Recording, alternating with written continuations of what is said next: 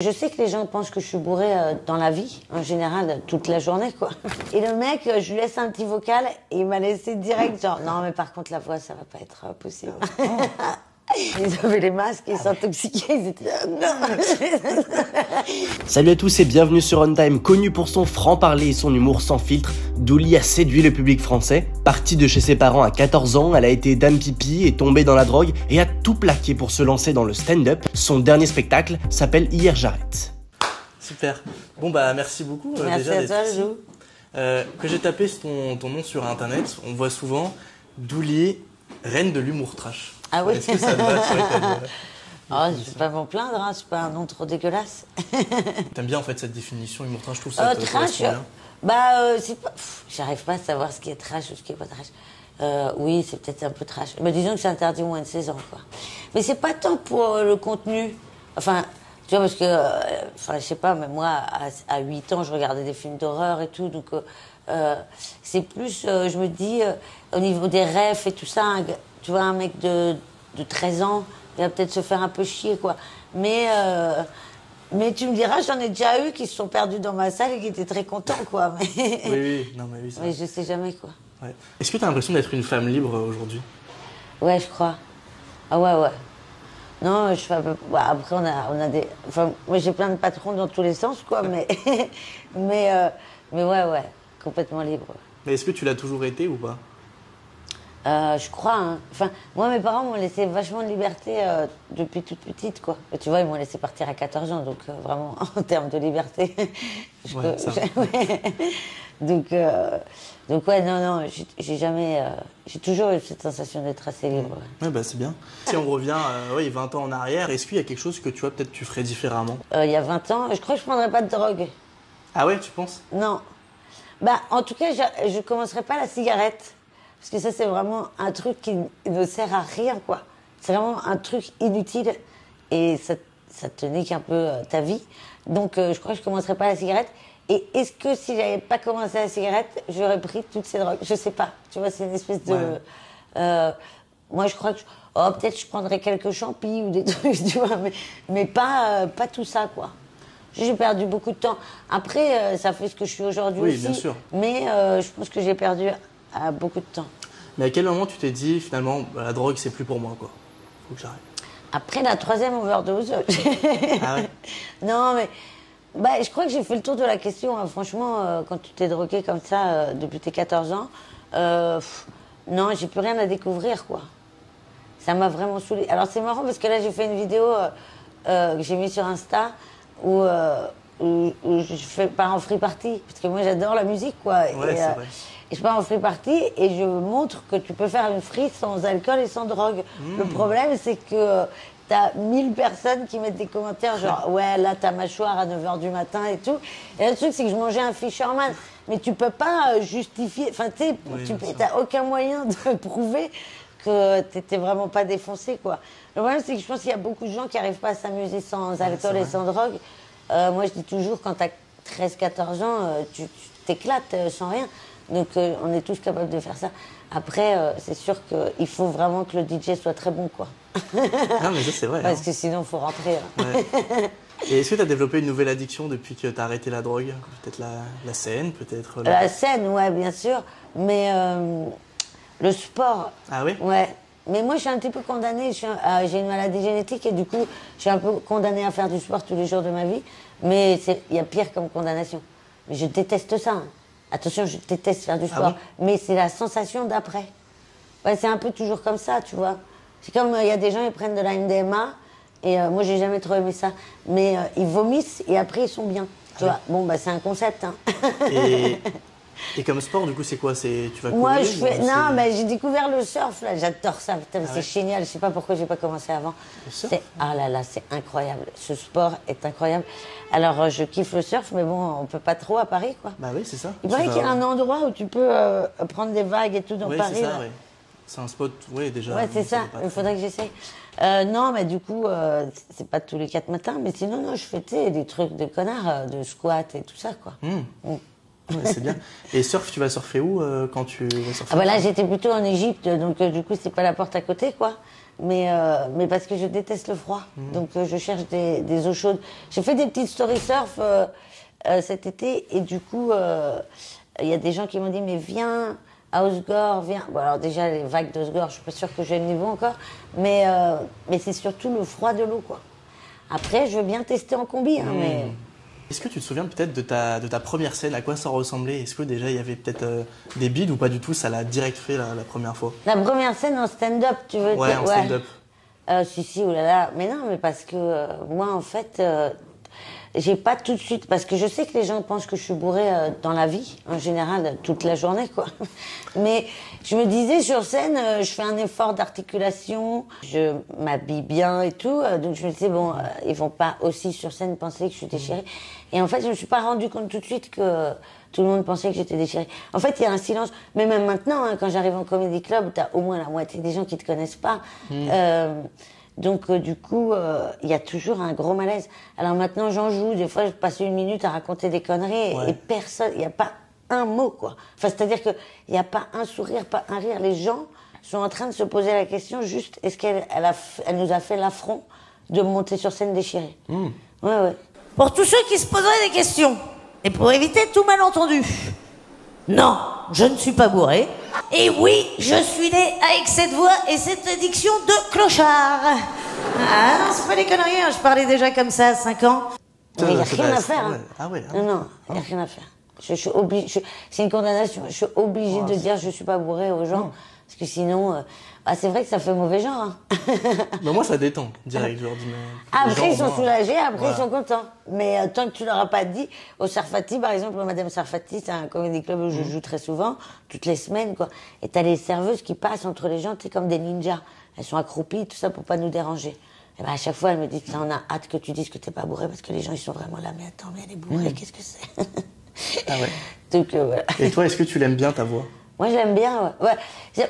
Personne n'aime sa voix. Très désagréable de s'écouter. Ouais. Mais par contre, ça m'aurait fait chier d'avoir une voix aiguë. Parfois, t'entends des nanas dans les boutiques et tout, qui... Et je me dis, comment font leurs mecs? Putain, parce que c'est très... c'est comme un Yorkshire, quoi. Enfin, tu sais, à un moment donné, je préfère un bulldog qu'un... non, mais tu vois, dans le timbre de voix, quoi. Au bout d'un moment, c'est strident, quoi. Et comment t'as fait pour toujours en faire un atout, un peu, justement, cette voix, finalement? Ah non, mais j'ai pas eu le choix. J'étais obligée de dire... Voilà, après, il y a des mecs qui trouvent ça sexy, hein. Mais je me souviens d'un mec comme ça que j'avais rencontré sur Tinder. Et d'ailleurs, je lui ai jamais envoyé, parce qu'après, j'ai fait un sketch là-dessus. Je lui ai jamais envoyé. Je lui avais dit, je t'enverrai un truc dans pas très longtemps, et j'ai perdu son numéro. Mais... le mec, en plus, j'étais chez moi un dimanche après-midi, je me suis dit, ça va, je suis pas en train de gueuler dans la rue ou quoi, tu vois. Et le mec, j'ai pas de photo de moi sur Tinder. J'avais pas. J'ai plus ces applis, mais j'avais pas de photo de moi, donc, et j'avais même pas mon prénom. Donc, du coup, j'avais mes jambes et ma bouche, je crois. Enfin bon. Et donc, les mecs, ils parlaient un puzzle, quoi. Et donc, du coup, on passe sur WhatsApp. Et le mec, je lui laisse un petit vocal et il m'a laissé direct, genre, non, mais par contre, la voix, ça va pas être possible. Ah ouais. Ouais, le mec, je sais pas ce qu'il a pensé. Il a peut-être pensé que j'étais un transsexuel ou quelque chose comme ça. Ah ouais. Ton dernier spectacle, là, que tu tournes encore, est-ce que t'as toujours le track, tu vois, avant de monter sur scène, même après tant de... Oui. Non, mais parce qu'en plus, moi, j'ai réécrit des blagues tout le temps. Alors, j'ai toujours le track des nouvelles blagues que je mets dedans. Ah ouais. Et, mais non, t'as toujours le track parce que c'est quand même une pression de se dire que t'as 1000 personnes, là, qui ont bloqué leur soirée pour toi. Et que potentiellement, tu vas leur faire passer une mauvaise soirée. Enfin, c'est une possibilité. Donc, t'as pas envie de niquer la soirée de 1000 personnes, quoi. Déjà, dans la vraie vie, si tu niques la soirée de une personne, t'es dégoûté. Ouais. Mais alors, 1000 personnes, ça fait beaucoup. Donc, en plus, parfois, t'es un cadeau d'anniversaire, tu vois, et t'es un premier date et tout. T'as pas envie de niquer ce moment. Aujourd'hui, c'est une valeur sûre d'aller à un spectacle de Non, ça se passe bien, mais après, il y a toujours... Est-ce que si tu vois un mec dans le public, tu vois, qui rigole pas, est-ce que ça te... j'ai arrêté de les regarder, ceux-là. Vraiment, ouais. Non, mais je les regarde même plus. Enfin, parce qu'au début, t'as tendance à vraiment... Et alors, d'un coup, tu te dis, ton challenge, c'est de faire rire juste ce mec-là, quoi. Tu passes ton spectacle entier à te dire, je vais réussir à te faire rire, mon gars. Et le problème, c'est que, en fait, moi, la meilleure leçon que j'ai eue de ça, c'est que j'attendais une journaliste du Monde dans ma salle. Mais je savais pas quand est-ce qu'elle allait arriver. Et c'était il y a longtemps, hein. Et du coup, il y a une représentation où je vois une nana qui a une gueule de journaliste du Monde. Dans ma tête, elle est là, c'est elle, quoi. Et elle était avec un mec, et elle a pas décroché un sourire du spectacle, mais rien. Et en plus, elle parlait au gars à côté d'elle, et ils avaient l'air d'échanger, puis après, elle me regardait mal. Enfin, c'était horrible. Et du coup, alors que c'était une super soirée, les gens riaient vraiment et tout, donc j'aurais dû prendre du plaisir, et j'en ai pas pris du tout à cause d'elle. Et du coup, enfin, à cause de moi, parce que elle a rien fait, la pauvre. Mais du coup, je suis sortie de scène, je dis au régisseur, putain, mais pourquoi faut toujours que je sois les gens qui rient pas, qui se mettent au premier rang et tout. Et 5 minutes après, elle vient me voir, elle me dit, il y a une dame qui est en train de t'écrire un truc sur scène et tout ça. J'arrive sur scène, et en fait, elle était en train d'écrire, c'était elle était en train d'écrire un petit mot sur une carte, et en fait, elle était mexicaine, quoi. Et du coup, elle avait rien compris du spectacle.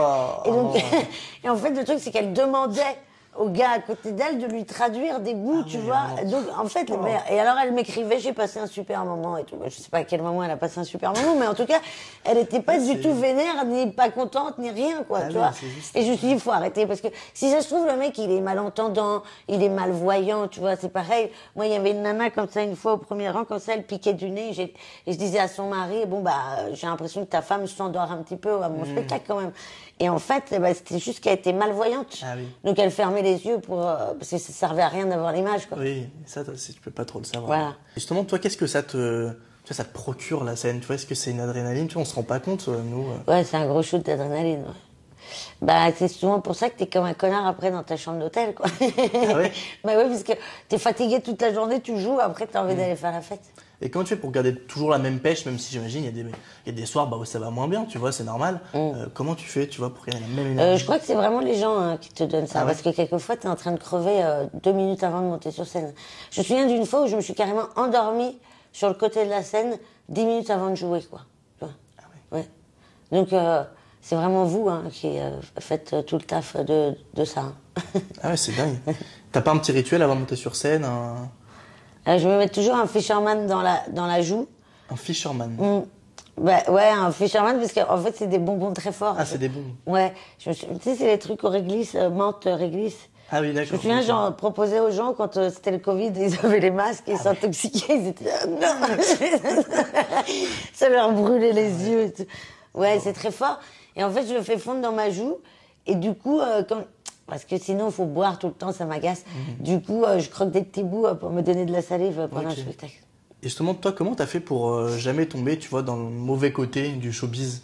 Un peu, tu vois, t'aurais pu... Bah, parce que je déteste ce mauvais côté. Enfin, vraiment, ouais, non, mais il m'intéresse pas du tout, quoi. C'est un peu vide, quand même. Ah ouais? C'est un peu creux. C'est quoi, toi, le mauvais côté du showbiz? Non, et pour moi, c'est que ça fait un peu fantasmer. On se dit les mauvais côtés. Pour moi, c'est vraiment ceux qui vont sombrer vraiment dans la drogue tout le temps, qui vont plus avoir de ah oui, mais moi, j'ai déjà fait. Plus besoin. Mais, ouais. Oui, non, ça pourra... Ouais, non, ça m'arrive. Même juste prendre la grossette, en fait, tu vois. Ouais, non, ça peut pas m'arriver parce que je m'entoure pas trop de gens qui ont ça, quoi. Donc, je reste avec des gens... J'ai que des amis honnêtes, moi, qui me disent c'était à chier ou genre... Enfin, je pense qu'à un moment donné, j'aurai jamais de gens qui vont m'encenser, quoi. Ouais. Ni mes parents, ni personne, en fait. Tu vois, mes amis, quand je sors de scène et qu'ils ont trouvé ça bon, ils me disent c'était pas mauvais, c'était très mauvais. Et je sais qu'ils ont trouvé ça cool, tu vois. Ah, ouais. Oui.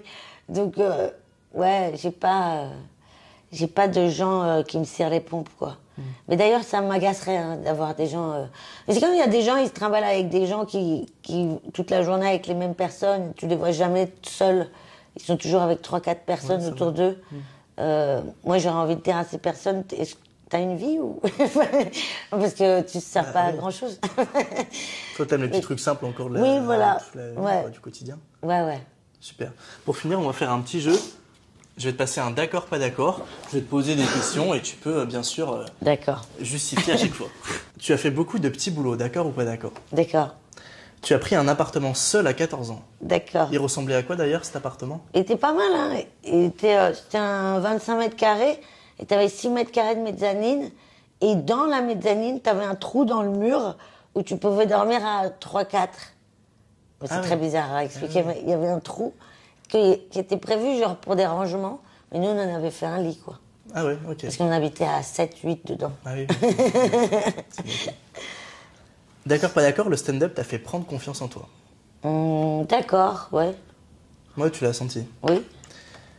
Attends, parce que tu peux avoir confiance, mais la perdre aussi très rapidement. Ah bon? Bah, je sais genre pas, avec quand quoi, tu par exemple? bides ou des trucs comme ça, d'un coup, ouais tu perds tout. Mais Je bon, sais pas, ça c'est revient quoi la lendemain. sensation quand on a un bide? La sensation de vide, Oui. c'est vraiment dégueulasse. Bah, je sais pas, imagine-toi une soirée de Noël, tu te lèves devant toute ta famille et les amis de ta famille et tout ça, tu commences à raconter une histoire. Là, dans la vraie vie, tu t'arrêterais de la raconter. Parce que si ça prend oui, pas, là, tu peux pas. tu dis, bon, ok, d'accord, c'est pas drôle. Sauf que là, tu restes devant cette famille et tu continues à faire cette blague dont personne... Ouais. Et ça dure un quart ouais, d'heure, faut 20 vraiment- minutes. Ouah, ça fait vraiment- ouais. Ouais. Ouais, si Voilà. c'est un quart d'heure de bide, ça peut... Un quart d'heure de bide, c'est très long. Ouais, non, un quart d'heure de bide, maintenant, Bon, après, passer ce stade-là, là, tu t'en vas. hein. Ouais, faut Enfin, être- oui, au bout de 2 minutes. pas hein. être doué. Mais j'imagine, même si je dis, en rodage, ça peut arriver, quoi. Au début, les premières fois. quand Ouais, on ouais, poste, bien sûr. Non, et surtout que, en plus, au lieu de désamorcer, parfois, au lieu de dire, ouais, bon, ouais, je vois bien que tout. Enfin, moi, je suis en train de passer un mauvais moment, vous passez un mauvais moment, on va arrêter là. Oui. Maintenant, tu continues. Donc, c'est. Ouais, il faut désamorcer en Ouais, général. ouais, faut y aller. D'accord, pas d'accord, avoir la carte handicapée, t'as changé beaucoup de choses. Pas vraiment d'accord. Non. Ça t'a pas... Non, non, parce qu'en plus, c'est très délicat de la sortir quand t'es tout seul, quoi. Alors, c'est Ah ouais chouette, si t'es avec des copains, ils sont très contents de passer avec toi les contrôles d'aéroport. parce Ah, que ça marche, ça? Ouais. Ouais, parce que moi, j'ai du mal avec la position debout statique. Tu sais, je peux faire du sport, je peux marcher et tout ça, mais c'est debout statique, quoi. Ok. Tu vois, c'est très intelligent d'avoir choisi de faire du stand-up. Mais du coup, ouais, du coup, les queues d'aéroport et tout, c'est un enfer. Donc, mais en vrai, t'oses pas trop la sortir, quoi. Moi, je sais que la dernière fois, dans le métro, il y a une nana qui m'a reconnue. Et j'étais debout. Et dès qu'il y avait quelqu'un qui se levait, elle était là, mais vas-y, vas-y. Et j'étais, ah non, non, c'est très gênant. Ouais. Mais non, Bah oui. c'est très gênant. Oui. Mm. D'accord, pas d'accord, tu n'as plus le droit de boire d'alcool. Ah, pas d'accord. Non, j'ai le droit. Ah, t'as le droit. Ouais, ouais, j'ai le droit. Enfin, si tu veux, c'est une anomalie du sang qui fait que j'ai trop de fer dans le sang. Et en fait, moi, je suis obligée de m'enlever. Je me fais des saignées à l'hôpital tous les mois. Ils n'ont pas changé le nom depuis le Moyen-Âge. On t'enlève du sang. On m'enlève l'équivalent d'une pinte de sang. Et donc, du coup, parce que moi, mon corps élimine pas le fer. Ok. Et donc, ça, tu refais du nouveau sang, blablabla. En fait, l'alcool, ça fixe le fer dans le sang. Donc, techniquement, j'ai pas le droit de boire très souvent. Mais en vacances et tout ça, je picole. hein. Oui, Oui. Tu peux y aller. D'accord, pas d'accord, on peut rire de tout. Ouais, mais c'est vrai que, comme dit le dicton, pas avec n'importe qui, quoi.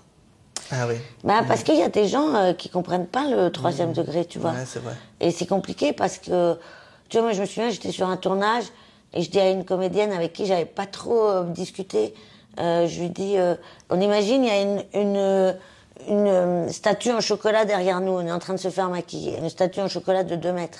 Et je la regarde, je lui dis, putain, j'espère qu'on aura assez de chocolat pour la journée. Et elle me répond, bah oui. Et là, je me suis dit, ok, on pourra jamais aller dans le troisième degré. Ah ouais. Oh. Tu vois, du coup, ces gens-là, bah, ils pourront jamais comprendre si tu fais des blagues un peu piquantes ou, tu vois, bah, ils vont rester sur le premier degré du truc, donc ça va foutre la merde. quoi. Ouais. Mais t'as senti une différence par rapport à tes débuts, tu vois, genre, aujourd'hui tu te dis, ah non, je peux pas la faire, celle-là. Alors qu'il y a 8 ans. Ouais, c'est toujours... ça dépend devant ton public et tout ça. Je pense qu'il y a des trucs que tu peux beaucoup plus faire que, tu vois. Moi, il y a par exemple des extraits de spectacles que je vais pas extraire parce que si t'as pas tout le contexte du spectacle, tu vas trouver ça frontal. Alors qu'en vrai, tu comprends assez vite que c'est pas du tout le vrai fond de ma pensée. C'est juste pour qu'on rigole 5 minutes sur ce sujet. Mais c'est toujours sorti du contexte et tout ça. Tu vois, c'est compliqué, quoi. Et en plus, je pense que plus il y a de guerres et de problèmes et tout ça autour de nous, moins les gens sont propends à apprécier le troisième degré, quoi. Ils sont tous très prom dog, quoi. Ouais, Mais c'est vrai. Mais c'est dommage parce que c'est un petit peu, je trouve, l'humour, ce qui te sauve de toutes les situations horribles de la vie, quoi. Je pense qu'il faut faire des vannes dans les pires moments, quoi. Même quand quelqu'un meurt, il faut qu'il y ait quelqu'un autour de toi qui te fasse une vanne. Okay. Ouais. Bon, peut-être pas genre 2 heures après avoir appris. Ouais. Mais après, en vrai, faut faire des blagues sur tout, quoi. Parce qu'il y a rien de grave à part la mort. Il y a rien de, enfin, la mort, ta mort à toi. Après c'est fini, il n'y a plus de blagues. mais tu vois ce que je veux dire, c'est que en vrai, même quand un pote t'annonce qu'il a un cancer et tout, il faut arriver à déconner avec lui et à faire des blagues dessus, quoi. Oui. Ça sert à rien d'avoir la pitié et la compassion, ça sert à rien du tout, quoi. C'est vraiment des sentiments dégueulasses. Hein. Pour moi, c'est proche de la haine. Hein. Enfin, tu vois, on n'est pas loin en termes d'inutilité et de mal-être après, quoi. Parce que je sais pas, il y a des gens qui adorent être qu'on les plaigne, mais je trouve que c'est un des pires feelings, je veux dire. Oui, yeah, you know. Non, mais tu vois, c'est pas bien, ça. Donc, moi, je trouve que l'humour, en vrai, même dans les pires trucs et sur les pires sujets, il y a, en plus, par exemple, dans les pays en guerre, dans certains pays en guerre, et je pense dans tous les pays en guerre, ceux qui font les meilleures vannes, c'est les gars qui se prennent des bombes dessus, quoi. Et ils sont incroyables, quoi. Moi, ils me sidèrent à chaque fois quand j'entends des vannes de certains pays en guerre. Et cette force-là, je pense que c'est le seul truc qui te sauve, quoi. D'une situation horrible, quand t'as plus rien, t'as l'humour. Je m'imagine toujours dans une cave, tu sais, dans un bunker ou quoi. Je pense que tu sais pas si te reste 5 minutes à vivre ou 2 heures ou 8 ans. Bah là, je pense que le seul truc à faire, c'est vraiment faire des blagues. Ouais, c'est vrai. D'accord, pas d'accord, t'es bilingue en anglais. D'accord, presque d'accord. Ouais, non, ouais, ça va, je me démerde vraiment bien. Ah, mais parce que je sors qu'avec des mecs pas français depuis genre 3-4 ans, quoi. Ah ouais. Non, pas de français. C'est dingue. Je cherche pas, hein, mais c'est comme ça. Donc du coup, ça aide. Toujours dit, l'amour, franchement, ça aide vraiment à apprendre une langue étrangère. Il y a des gens qui ont appris l'allemand pour ça, c'est ridicule. C'est vrai. Et dernière question, d'accord, pas d'accord, c'est plus facile de trouver l'amour quand on est connu? Non, pas d'accord du tout. Ah bon? Mais c'est une catastrophe, c'est pour ça que je vais les chercher à l'étranger, tu crois quoi? C'est une catastrophe. Non, mais on pourrait se dire, t'es suivi de partout, tout le monde vient te voir. Ah oui, tu reçois plein de déclarations d'amour, ça c'est sûr, hein, mais tu rencontres jamais ces personnes, parce que moi je vais pas aller regarder les profils Instagram d'un mec qui me dit un truc joli, parce que en plus en général c'est des comptes privés, donc il faudrait que je m'abonne au gars. La petite pastille, on ne voit pas ta gueule. Ouais. Non. Et puis Insta, ça reste le taf, quoi. Mais putain, j'ai été shadowbannée d'ailleurs d'Insta pendant 1 an. Un an de shadowban. Je me suis rendu compte il y a 3 jours. 1 an de shadowban pour une story de merde, un truc ridicule où je disais à mon régisseur que j'avais envie de le taper parce qu'il était fan de Francis Cabrel. Et on m'a dit incitation à la haine et à la violence. Ah bah on touche pas à Francis Cabrel. Mais non, mais putain, 1 an, mais c'est très cher payé. J'ai dû perdre 50 000 personnes, quoi. Enfin, c'est très grave. Donc non, l'amour, connu. Alors si, connu pour les mecs, ça fonctionne très très bien. Mais alors les mecs, une nana sur scène, je crois toute seule, ça fait pas. Peut-être ça impressionne un peu, je sais pas. Je m'en rends pas compte. Ouais, bah oui. Je me rends pas compte du pourquoi, mais je sais pas ce que c'est. Mais en tout cas, c'est nul. La notoriété, c'est à chier pour rencontrer l'amour. Ah. Vraiment. Non, mais au final, t'as réussi sans. Et puis c'est biaisé, quoi. Moi, j'ai réussi. Je vois des gens, quoi. Oui, voilà, c'est ça. Super, bon, merci beaucoup. Merci à toi, Loulou.